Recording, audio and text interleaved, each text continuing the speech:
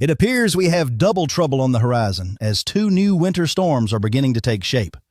We will discuss who can expect snow and ice in today's update. Welcome, everyone. A happy Sunday to you, November 30th. We are certainly ending the month on a snowy, icy, and cold note for a great many of us. And I must tell you, a new area is going to see some of that winter weather in the coming days, followed by another storm I am watching closely for about a week from now. That storm could once again bring snow and ice farther to the south. So there is quite a bit to discuss in today's video, and that is precisely what we will do. For those who are new to the channel, I extend a warm welcome. My name is Gerald, and I am a meteorologist with WCCB in Charlotte. If you find this information helpful, you might consider liking the video and subscribing for the latest updates. It is a wonderful way to stay informed. It will help keep you informed and prepared for the weather ahead. It is completely free and simply a good way to stay current with the ever-changing weather data and my analysis of it. All right, let us not waste any time today and get right into the forecast. Next to me, you can see the latest run of our European computer model, which we often refer to as a very reliable source. I am showing it to you for that reason. However, it is important to note that we are seeing some disagreement between this model and others, which we will discuss today. In any case, the European model indicates a winter storm is beginning now for some of you, and it will evolve especially into tomorrow and then into your Tuesday and Wednesday, followed by another system. You can see it right here moving south and beginning to develop by this coming weekend, which is the first full weekend of December. So this active weather pattern is continuing. I have been mentioning for weeks that I expect December to be a rather cold and snowy month for many areas. The end of November has already started that trend, and December looks to continue it with what is on the way. Now, looking at the current situation, we already have the remnants of one winter storm. You may recall the significant snowfall we received over the Midwest and the Ohio Valley. If you saw snow, I would be interested to hear how much you received in the comments. I always appreciate hearing those reports from places like Iowa, Illinois, Indiana, Michigan, Wisconsin, or anywhere else that saw accumulation. But for today, that snow is now moving up into the interior northeast. You can see steady snow falling in parts of northern Maine today, as well as in Vermont, New Hampshire, upstate New York, and even down into portions of Pennsylvania. There is some leftover lake effect snow in Michigan and a steady rain along the Interstate 95 corridor and down into the southeast. I will say, however, that many of you who are seeing rain right now may have a chance for snowfall with our next storm as colder air begins to move in behind this system. That will be a major topic of discussion coming up next. And speaking of that next storm, here it is. You can see it is already organizing over the Four Corners region, with snow falling out toward the Rockies. We are seeing it in Salt Lake City, back down into Cedar City, Utah, and even down into Monticello. The system is beginning to develop right there. So where does it go from here, and who will see the snow? That is an excellent question. You can see the process that will unfold on our upper level map here. We have a trough of low pressure now digging down into the Rockies with a well-defined rotation. This rotation is centered over the Four Corners region. That is what is helping to create lift in the atmosphere, allowing that low pressure to develop. Eventually, this system will move to the east. You can see it tracking through the southern plains into the Ohio Valley, and a great deal of energy will be moving through the northeast by the time we get to this coming Tuesday. This means the low pressure system will be strengthening and snowfall totals will likely be rising. Let us look at the timing for you. Our current storm is beginning to move out, which you can see on our latest high-resolution rapid refresh model. This is indeed the very latest data available, which shows the first system moving away, but you will begin to notice our next storm approaching. It moves out of the Rockies and into the Central Plains, where a band of snow is shown developing over Kansas and parts of Nebraska. We could even see some icing farther south toward Oklahoma as early as tomorrow morning, on your Monday. So please be careful of that, as I do expect we could see some slick spots. This may include light freezing rain, sleet, or perhaps a wintry mix down into Little Rock and other parts of Arkansas. However, it looks to be mainly snow for Kansas and for central and northern Missouri. We could see some ice down in the Ozarks. For those areas, this will be more of a quick-moving system, what I would describe as a light to moderate winter weather event. but certainly something to be aware of. It will still bring impacts, so it is important to keep that in mind. By Monday afternoon and evening, the snow will begin to spread into parts of Iowa. Chicago is in line for more snowfall. I hope you have your holiday decorations up because this will certainly add to the festive atmosphere. We could even see some snow in southern Wisconsin. Then, as we move into Monday night and the very early hours of Tuesday morning, around midnight, snow will be falling in Indianapolis and across much of Indiana and Illinois. We will have a bit of a wintry mix developing even down into the Ozarks of Arkansas, getting close to Memphis, though I believe the wintry precipitation will stay mostly north of the city, at least at the beginning of the event. It could start as rain before colder air arrives and changes the precipitation over to snow. As we get into the early morning hours of your Tuesday, you can see the rain-snow line. It is trying to push southward as another surge of cold air catches up to our low-pressure system, which will be developing near the Gulf Coast. Because of this, it could be a bit of a battleground in places like Louisville, but I expect it will change over to a moderate wet snowfall. This type of setup often produces those very large snowflakes. This will be a heavy, wet snow, which means we will need to watch for the possibility of power outages, as it will be quite heavy on tree limbs and power lines. So please keep that in mind throughout Indiana, Ohio, and into Kentucky. As the storm develops, it will begin to move up the Appalachian chain by 5 o'clock in the morning on Tuesday. It will be a rainy day for Atlanta, Greenville, Spartanburg, and Charlotte. It is going to be a very cold rain to start your Tuesday, so be sure to have your jackets ready. You may want to warm up the car a bit before you leave. While it should not be icy in those southern cities, it will be plenty cold enough to feel a chill as you walk out the door. We could see some ice, however, in the mountains of North Carolina and the Virginias. It will be all snow in Ohio, and the snow should begin in Pittsburgh by Tuesday morning, continuing into the afternoon. It is going to be a very close call for those of you watching in Washington, D.C. and Baltimore. You could start with an icy mix before changing over to snowfall. The precipitation will also be changing to snow on the backside of the system through much of Kentucky, including Pikeville. Nashville could also get some snow as the storm departs, which would not surprise me, though I do not expect significant totals there. Nevertheless, it is a possibility. It will be all rain for the Carolinas and Virginia outside of the higher elevations, where it could begin as ice before changing to rain. As I mentioned, the Interstate 95 corridor may start with a brief icy mix before changing over to rain in Philadelphia, Baltimore, and Washington, D.C. The farther north you go, however, the more difficult the forecast for that rain-snow line becomes. I expect all snow in places like Scranton, Harrisburg, State College, the Finger Lakes, the Catskills, and the Adirondacks. New York City could begin with a wintry mix before transitioning to rainfall. Continuing eastward, it looks to be mainly rain for Long Island, though it may also start as a wintry mix before changing over. The same applies to the coastlines of Connecticut and Rhode Island. Now, the area where the forecast is most challenging is right here in Massachusetts, Connecticut, Rhode Island, and southern Vermont and New Hampshire. This is the region where we see significant differences among the computer models as to where that rain-snow line will set up. You will see that in just a moment. I also believe that for Vermont, New Hampshire, and Maine, especially the down east areas of Maine, this could be a significant winter storm, at least by early season standards for the first couple of days of December.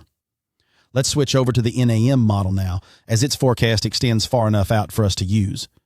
The NAM model is indicating a similar solution, showing what looks to be a very heavy band of snow. That band is expected to develop, or at least a moderate to heavy band, right along the cold side of that rain-snow line. If I had to identify a location with high confidence for significant snow, it would be western and central Massachusetts and extreme southern Vermont and New Hampshire.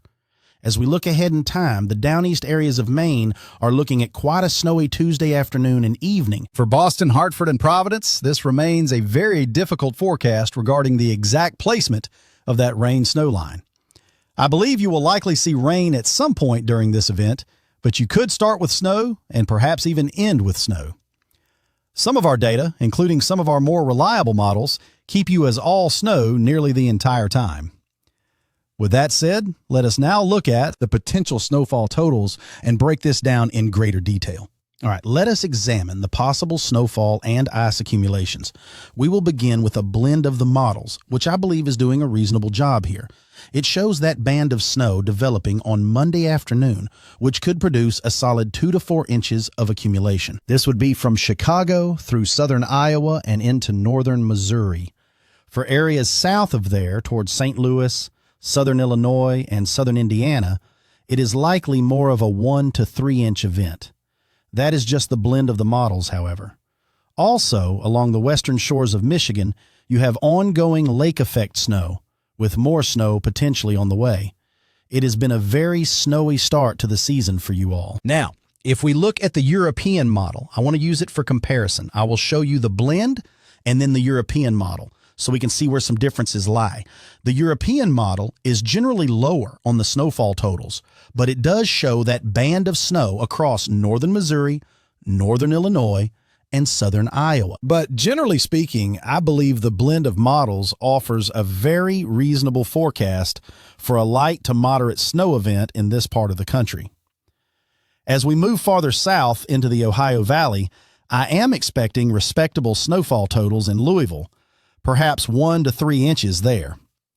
I would expect the same for Cincinnati. The farther south you travel into Kentucky, the totals will likely become lighter. However, there is less cold air for the system to work with.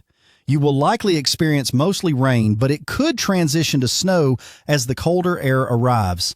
Therefore, please watch for a brief dusting of up to 1 inch across the remainder of the state on the backside of this system. The more significant totals are expected up in Ohio, where much of the state is projected to see 1 to 3 or even 2 to 4 inches of snow. Farther south, in areas of Tennessee, we expect a similar situation, which will be mostly rain. A very quick dusting of snow on the tail end would not be surprising to me. If we examine the European model, allow me to bring that up for you, there it is, and I will show you the ice potential next. The European model is a bit more optimistic about that back-end snow.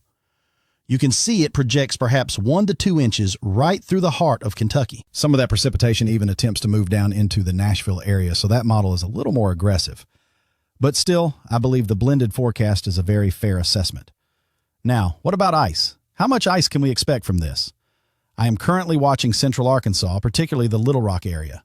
We could get a quick glaze, up to 1/10 of an inch, as this event begins tomorrow morning. Please be very careful if you have any outdoor plans.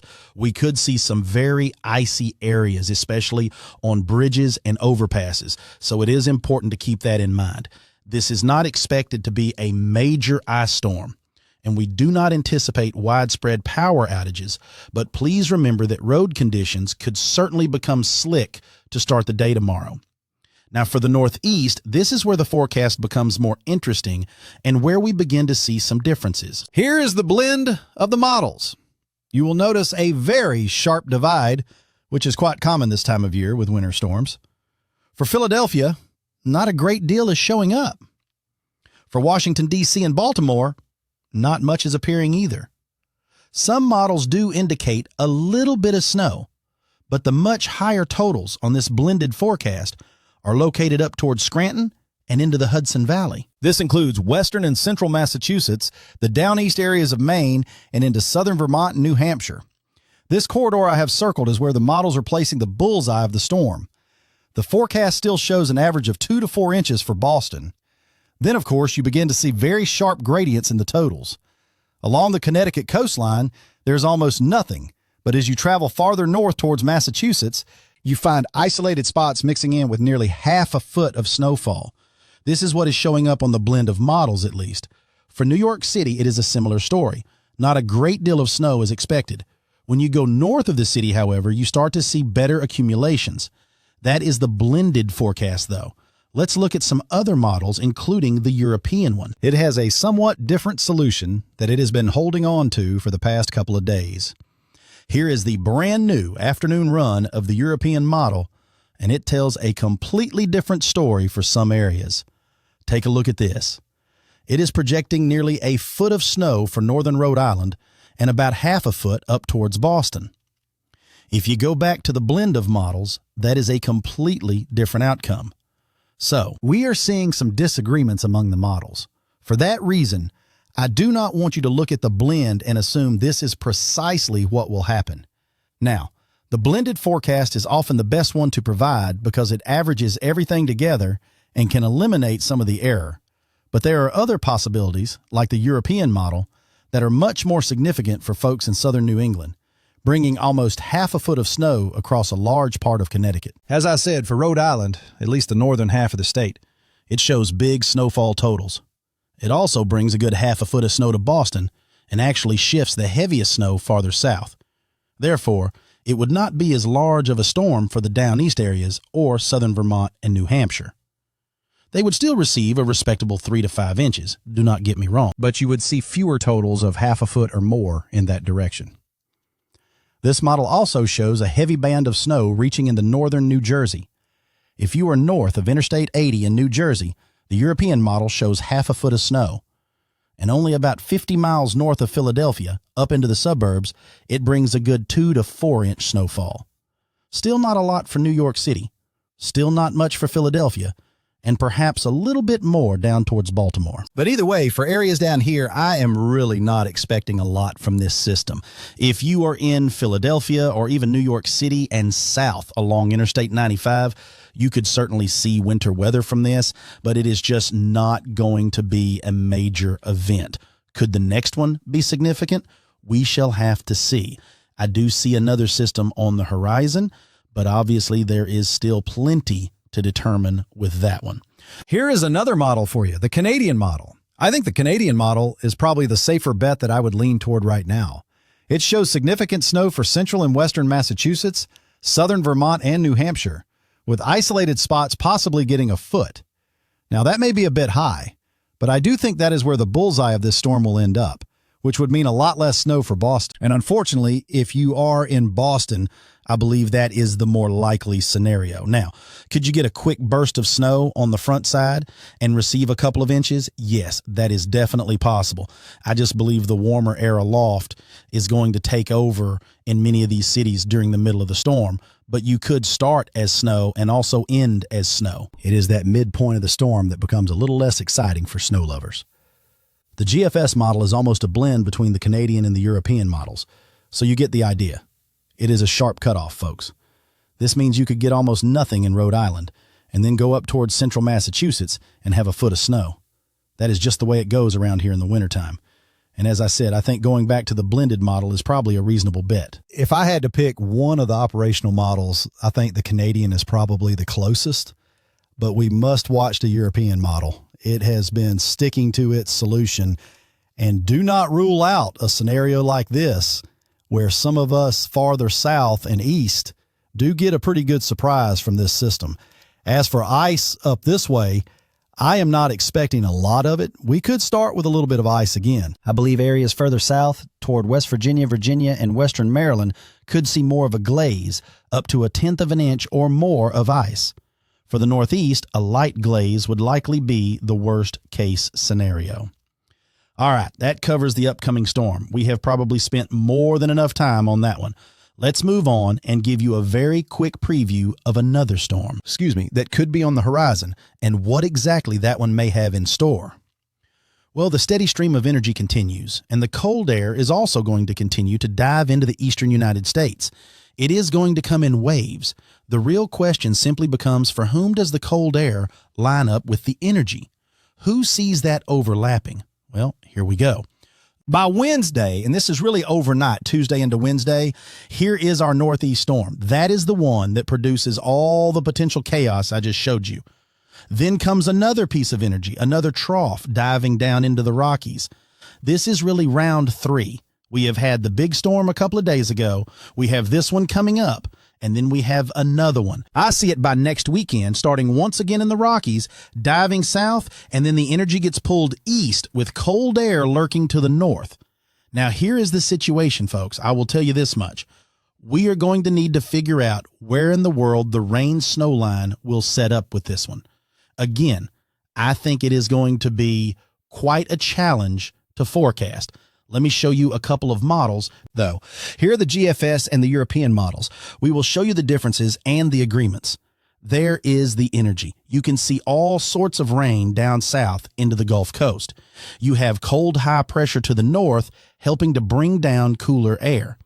Now, if this were January, this could be a really good setup for snow and ice down along the Interstate 85 corridor of the southeast for your cities like Atlanta, Greenville, Spartanburg, and Charlotte. However, it is early December, not quite February. I am not planning on time traveling either. But because of that, we have a little less cold air than you would expect during the heart of winter. So, with the GFS, let me immediately start with this. This is not a forecast. This is especially for all my friends in Charlotte who are going to watch this and go off telling the world a snowstorm is coming this weekend, because that is not my forecast and I doubt we will see that. But nonetheless, the GFS does show that cold air getting into place and creating a bit of a classic winter weather event north of Interstate 85 in the southeast. You have got snow in the mountains and the foothills, especially north of Interstate 40. They would probably be a bit of a wintry mix along the Interstate 85 corridor, making it a southeast and mid-Atlantic winter event of sorts. It might not be a full-blown storm. Then it brings some light precipitation up into the northeast and is followed by a whole other clipper system in about 7 to 8 days from now. That is what the GFS model shows. Unfortunately, though, the GFS has a tendency to overdo these things from time to time. Here is the European model. Now, with the European, I will completely agree. It has the energy there and it has the cold air. But does the cold air get far enough south that southeastern cities like Charlotte and Greensboro get winter weather from it? Right now, that is a less likely scenario. It is not impossible, but it is less likely. The European model shows a very cold rain. Now, I use the term freezing rain. I probably should not say that because that is its own phenomenon. Let us call it a very cold rain. It is showing 35 to 40 degree temperatures with rain in Charlotte, Greenville, and Spartanburg. It does get some snow into the mountains of North Carolina. I believe that makes sense climatologically speaking. It shows another snow event right in the Ohio Valley. If you are in Illinois, Indiana, or Ohio, hopefully you are not tired of snow, as this has been your kind of winter so far to start things off. It is a winter weather event for the Appalachian chain and another northeast winter storm, but with a completely different track, completely different intensity, and a completely different scenario. Really, all we know about this storm right now is that we have energy and we have cold air. Who that lines up for is the question. Well, the best thing to look at is the ensemble data as usual. So let's end our discussion by taking a look at those and showing you who has the best chance by next weekend to see winter weather. All right, as usual, this shows the chance of seeing accumulating snowfall within a 24-hour time period. What does it show? Well, we are going to focus on that final storm that we have talked about today. That would be for this coming Thursday. That is the timing, at least for this coming Thursday. And then into the weekend, snow chances are again looking good down in the Four Corners region. Here comes the system. There is a pretty good shot for snow once again in Kansas, Oklahoma, and Missouri. I say Missouri as if there are multiple of them. You get the point. Then it moves down into the Ohio Valley, and it does show a signal, in fact, not a terrible one, down into what we will call the foothills of North Carolina, specifically north of Interstate 40 here, and then up into western portions of Virginia and West Virginia itself. There is a definite signal there, and that signal also extends into the northeast. Please remember, the primary computer model was not especially noteworthy. The collection of models, however, shows a very good indication of snow for many of the same communities that are currently in its path, with higher chances for the Interstate 95 corridor than our current storm. The exception may be Boston, where it is truly anyone's guess what will ultimately occur. You can see that pattern develop over time. So this potential is certainly appearing on the European forecast model and its related projections. It is now just a matter of determining for whom, at least for the finer details, but we can see the general idea. As for the American model's projections, we can see the Four Corners region will receive some winter weather. And then honestly, for as promising as the Maine forecast was, the collection of models is rather disappointing if you are a snow lover. I mean, even along the Interstate 85 corridor, where snow was forecast for South Carolina, there is only about a 5 to 10% chance of that actually materializing. It simply does not appear very likely at this moment for my friends that far south. However, for places like Greensboro, Asheville, and Boone, the outlook is different. Heading northbound, I could certainly see this developing into a tricky winter weather event, particularly regarding the potential for ice. If you look at the European projections, you will see, and this is the correct map I wanted to share with you. Here we are. This shows the probability of freezing rain from Monday into Tuesday. As I said, we could certainly see some freezing rain, and then you can see the indication for that weather grows stronger. There is some potential farther south, though the likelihood has decreased a bit from yesterday. As I mentioned, I believe the Triad region up into Blacksburg, Virginia, Boone, and portions of West Virginia heading north along the Appalachian Mountains have a much higher chance of seeing winter weather from this system. In Charlotte, I would estimate about a 10 to 20% chance right now that any sort of freezing rain or ice would occur next weekend. For Greenville and Spartanburg, we will leave that forecast about the same. It is probable that Atlanta and Columbia will not be affected by this one, but we will watch it carefully nonetheless and keep you informed. But that is what I am seeing right now, folks. That is the latest data and all of the information I have for you. I have just a couple of final things to say.